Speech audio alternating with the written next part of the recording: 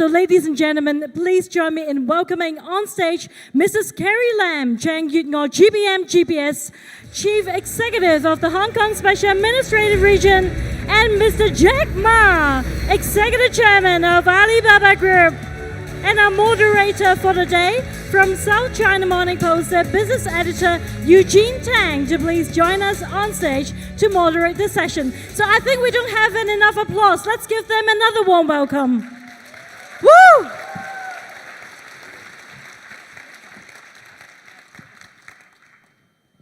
Thank you. Wow, there are a lot of very young faces in the crowd tonight. Well, startup companies like young people exist best in an environment where they are nourished by conditions like courage, determination, creativity, and if given those kinds of conditions, they can really thrive. So thank you very much for sacrificing your dinner for this light chat between Mrs. Lam and Jack. I promise you the next few minutes will be worth waiting for. Maybe to kick things off, we will put our special guest of honor in the hot seat by throwing her the first question for this chat. And I will ask you a question which is a variation on this evergreen theme of public sector money versus private capital. It goes that public money, taxpayers' money, along with the social obligation, along with constituencies' interests, can they compete with private capital that is motivated purely by profit in the nurturing of entrepreneurship and innovation? Well, first of all, thank you very much, Eugene. I'm already in the hottest seat in town, so I don't mind your question. Well, first of all, let me say that I have really enjoyed the presentation because since taking over my job on the 1st of July, I told Jack Ma, I have really a new perspective about the creativity and innovation in this city. So I have visited quite a lot of innovative projects, startups in Science Park, Cyberport, and other places. And this evening, I have this experience of listening to even more wonderful and sophisticated startup presentations. That is why I said that we, as a public sector, also want to use some public money to kickstart and to promote more startup and innovation in Hong Kong. But as Eugene pointed out, using public money, which is taxpayers' money, does come with a lot of constraints because of the accountability, because of the rules and the regulations. Sometimes they are good, sometimes they are bad. But that's why I think some form of partnership between public and private will be ideal. For example, how much money, Nick Yang? We have an innovation venture fund, 2 billion. We have a 2 billion innovation venture fund, which is to partner with venture capital companies. If they find a good idea they want to pitch in, then we put in part of the fund to provide that project. So all the risk assessment thing will be done by the venture capital company, and we just put in the additional capital in order to turn that very good idea into reality. So I certainly like to have this sort of Jumpstarter program collaborated with the government so that we can achieve that sort of public-private partnership that I have been talking about. Thank you. Well, thank you, Mrs. Lam. A few opening remarks also by Jack. So Jack, you are a Yangtze River crocodile. You are one of the most successful entrepreneurs in the world and a budding movie star. So you will...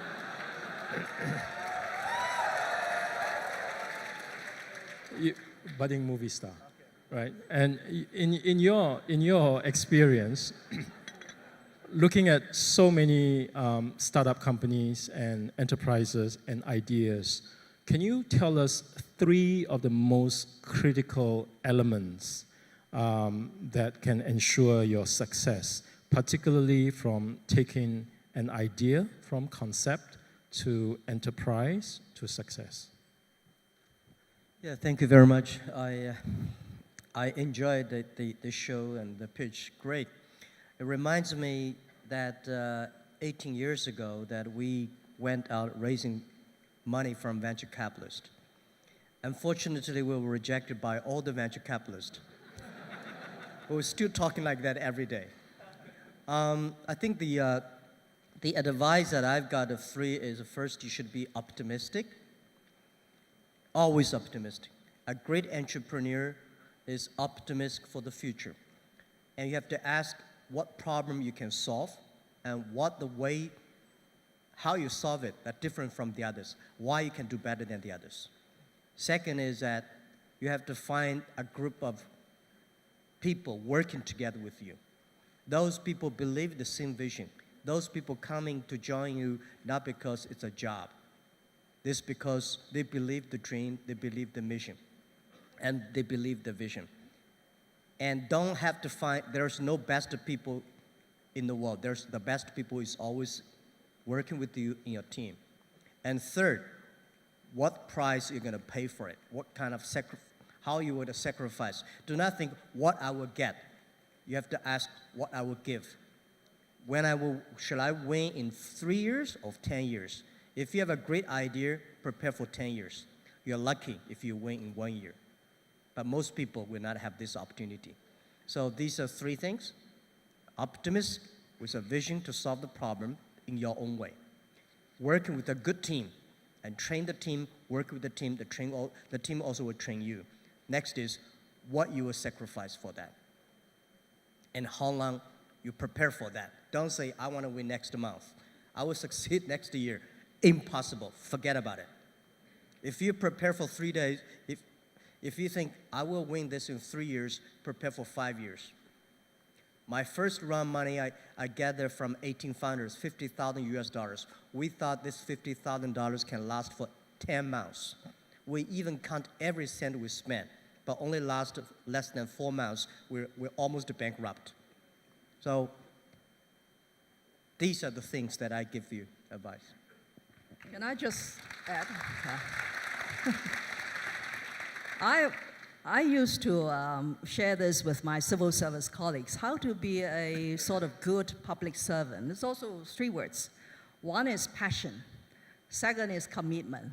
Third is empathy. So I'm sure you all understand why you need passion and commitment in your job.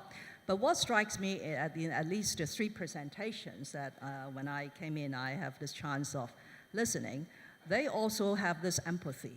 That sit and shower is out of empathy. That one day we'll become old. We don't want our private parts to be touched. So that's why we better design something that could avoid that sort of unpleasant experience. And for the Farm 66, it was also out of concern for what people eat. And of course, this final one about surgical robotics is to have more higher precision in surgery so that the mortality rate will be lower and the surgery will be more successful.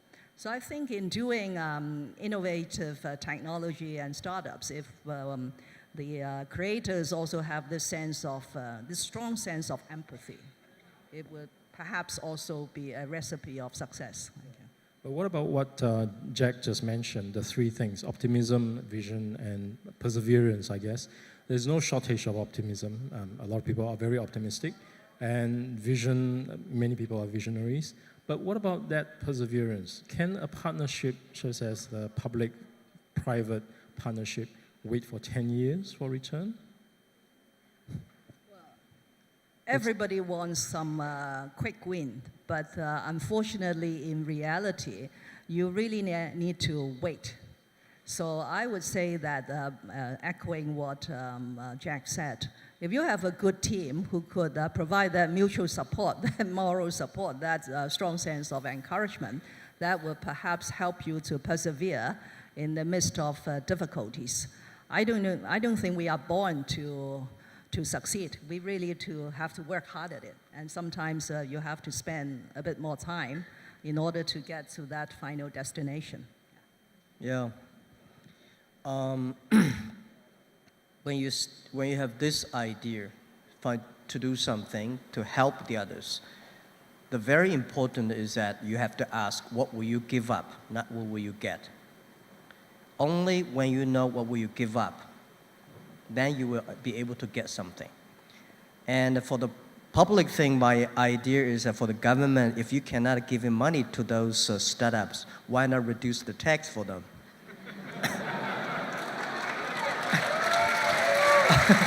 I'm doing that. That's right. This is what I heard from Governor. I think Hong Kong actually is a great place, and the policy she just mentioned that I hear very few cities in China that's doing that, and reducing.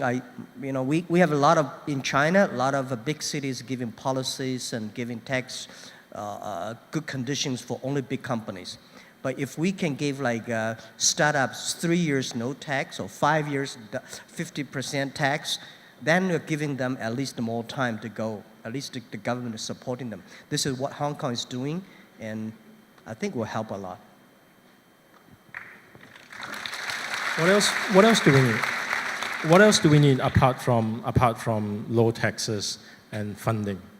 What other aspects of infrastructure do we need? Let me say it this way. As a business, both governments should build up the environment and also the entrepreneurs. You have to know that first you have to reach the market. You have to be able to reach the money, reach the technology, reach the talents you need. So for reach the market, Hong Kong is a great place. You can reach the China mainland, and you can reach it outside the world. Today, using the internet, you can reach every corner of the world. And the second, you have to reach the money, inclusive financing. Hong Kong is good. Be able to reach a lot of venture capitalists, a lot of money. And third is to reach the technology. Right? This is also today because of the technology is getting more and more inclusive. So be able to do that. And the third, reach the talents you need. But a lot of startups, they always love to talk about, well, I've got a great VP, vice president from multinational companies. This is me. I don't like this kind of. Because as I said, if you are only a tractor, don't try to put a Boeing 747 engine inside. It would destroy you. You should find the people that is suitable to your company. I have hired a lot of vice presidents from big companies in the early days of Alibaba. They almost destroyed my company. Right. I only have $5 million totally. The guy came in with a marketing plan for $12 million. I said, how can you have $12 million? He said, I have never made a plan below $20 million.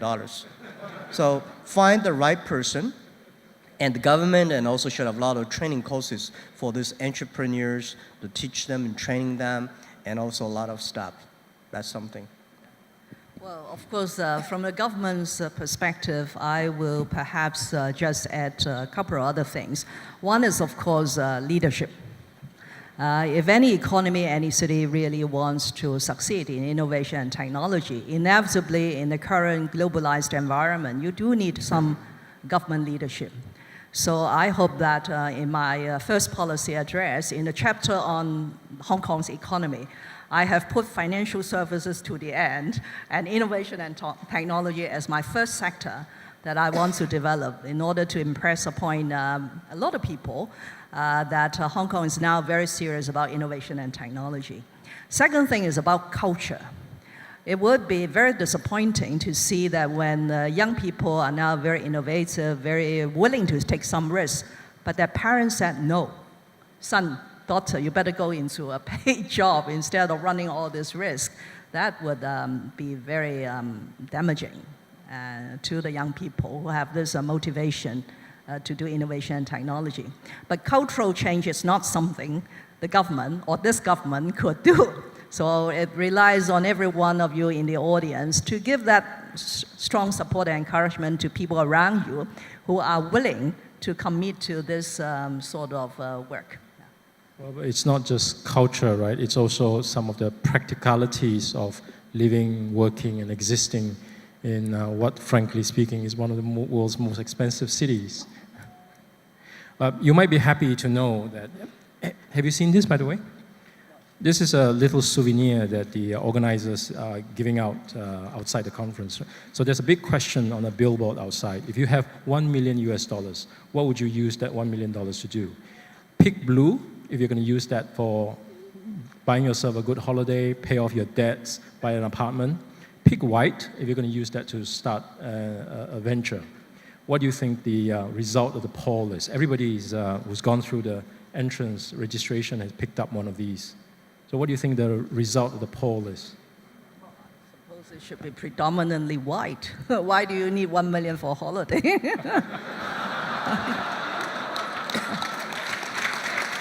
Yeah, if you do the poll in this room, they'll probably pick up $1 million to do a business, right? If you're on the street, I don't know. Well, you'll be, it's actually half and half. Half and a half. Right, so there are half, I guess half the audience are practical minded.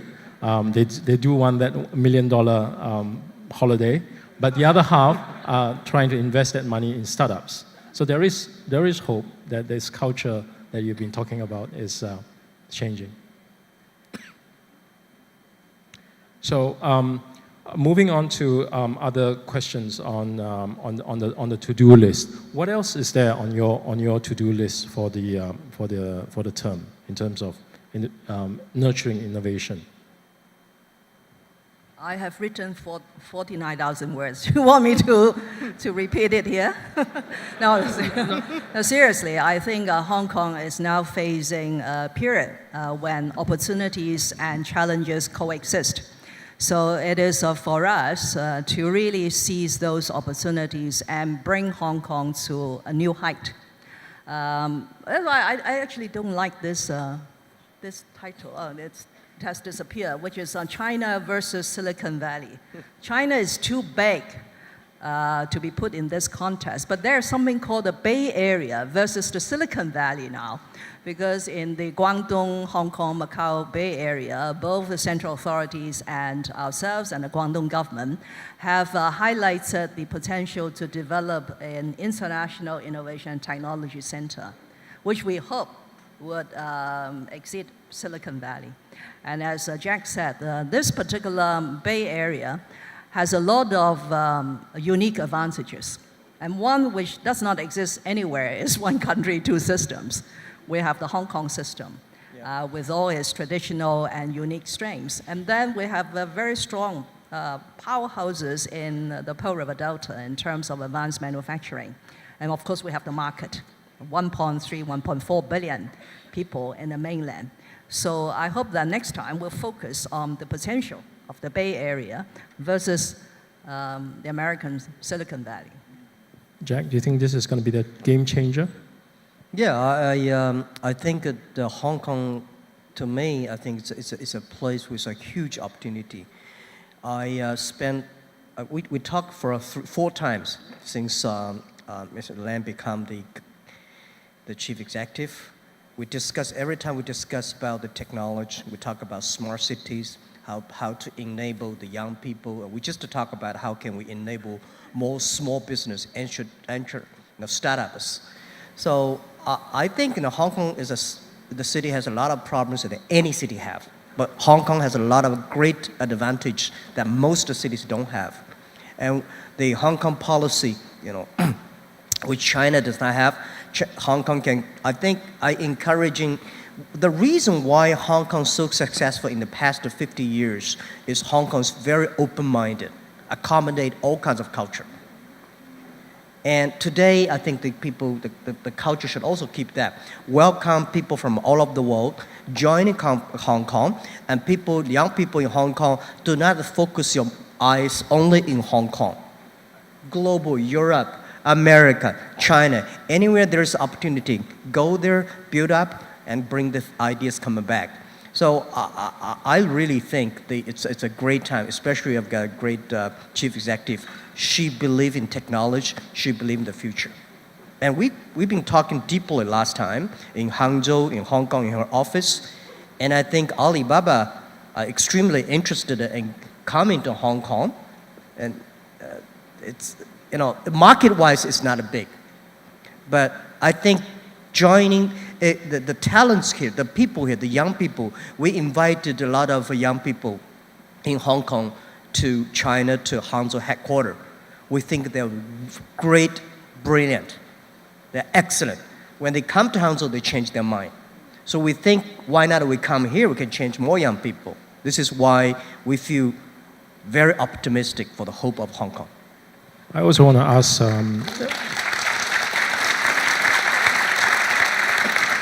I also want to quickly ask Jack, so from all the trends of technology and innovation and business ideas that you've seen, can you give the audience some tips on what is hot and what is not right now? Yeah, what is hot, what is not. Don't focus on the things that is hot. Right. So one of the reasons why we succeed 18 years ago, because internet was not hot at that time. E-commerce was so cold. Nobody believed it, but we believe it. We don't care what other people say. We think it has a future. We think it will help people. So we started. So if you want to pick up something that is hot, when everybody say yes, there's no chance for you. So be unique. Use your mind, think why you can do better, why you can do different, why you can last for 10 years, while the other people can only last for 1 year. So the last man standing, Savio, we always discuss, but when Savio joined Alibaba, we almost have nothing. The thing we say, last man standing, we know 90% of the internet companies will disappear year 2004. But if we can survive till 2006, we win. So if you have a competitor, don't worry about a competitor. It's not about a competitor you should worry about. It's about the customer you should worry about. If the customer follow you, you always have chance. Right, so this is what when people think it is artificial intelligence, yeah, it is hot, so what? I never worry about the things the prime minister worry about, the president worry about, the chief executives worry about. I only worry about the things I worry about. That is the entrepreneur you have to know. Don't read too much newspaper. Focus on, read what your customer want. That's entrepreneur, that's it. Okay, I'll throw the same question to Mrs. Lam. So instead of saying what's hot and what's not, public money comes with some, like I say, obligations. So should there be a direction into what kinds of industries or innovation that you want to see within Hong Kong? Well, Hong Kong, of course, practices free and open economy. And we do not really pick winners or losers. But as I just mentioned, in a highly competitive global environment, the government does need to give some policy directions and provide the environment that is conducive to the development of certain sectors. So, for example, now that we have decided that in addition to our traditional pillars of industry like financial services and professional services, we'll go into innovation and technology, we'll go into creative industries. So the job of the government is to provide all the necessary conditions and environment to nurture these new economic activities. But that doesn't mean that we will go straight into picking a particular company that we will give preferential treatment. No, because Hong Kong prides itself on operating on a level playing field. There are so many things we could do. For example, innovation and technology. I have outlined 8 broad areas that we need to do. One is we need to invest ourselves. That is a public sector, investing in innovation technology, investing in R&D in universities. We also need to encourage enterprises to invest. So apart from that tax reduction to reduce the burden on startups and SMEs that Jack has mentioned, I got another tax incentive. That is to give a high level of tax deduction for R&D expenditure by corporations. There are other things we need to do is to nurture talents. If we need more time to nurture local talents, then we need to bring in outside talents. And Hong Kong remains very attractive to a lot of expatriates and people from mainland. So this is an area that we need to do more in terms of our immigration policies. We also need to look within the government whether there are any obstacles within the government that will impede the development of innovation and technology. So I've set out 2 areas. One is to review some of the more obsolete legislation. The other is to open up the government data, because in all the projects that we have seen, it's all big data. You need a lot of data in order to develop that new approach of doing things. So these are all the things that I feel that the government really needs to demonstrate stronger determination. And I can promise people in the audience who are also very enthusiastic about innovation technology that we are very serious, we are very determined, and we will do this job well. At least in this term of the government. I can't promise for future governments.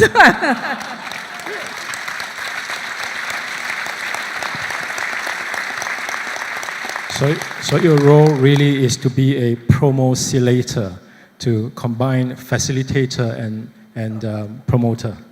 Okay, well, it's time to release everybody back to dinner. So you've been a great audience. Thank you very much. Yeah, Please can I give in one more advice? I just want to echo the Chief Executive about, as an entrepreneur, my last tip is that don't wait for the environment to be ready. Don't wait for all the policy ready. When everything's ready, there's no opportunity for you. You have to move faster before the government take action. You know, if I do this, if the government say everything's ready, you should move to the other area, because there's no chance for you. All right? Remember that. Thank you.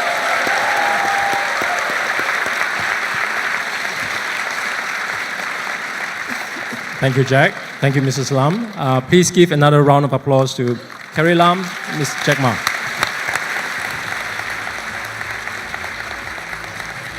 Thank you very much, Mrs. Lam. Thank you, Mr. Jack Ma. And a big thank you to Eugene for hosting the session for us. Thank you.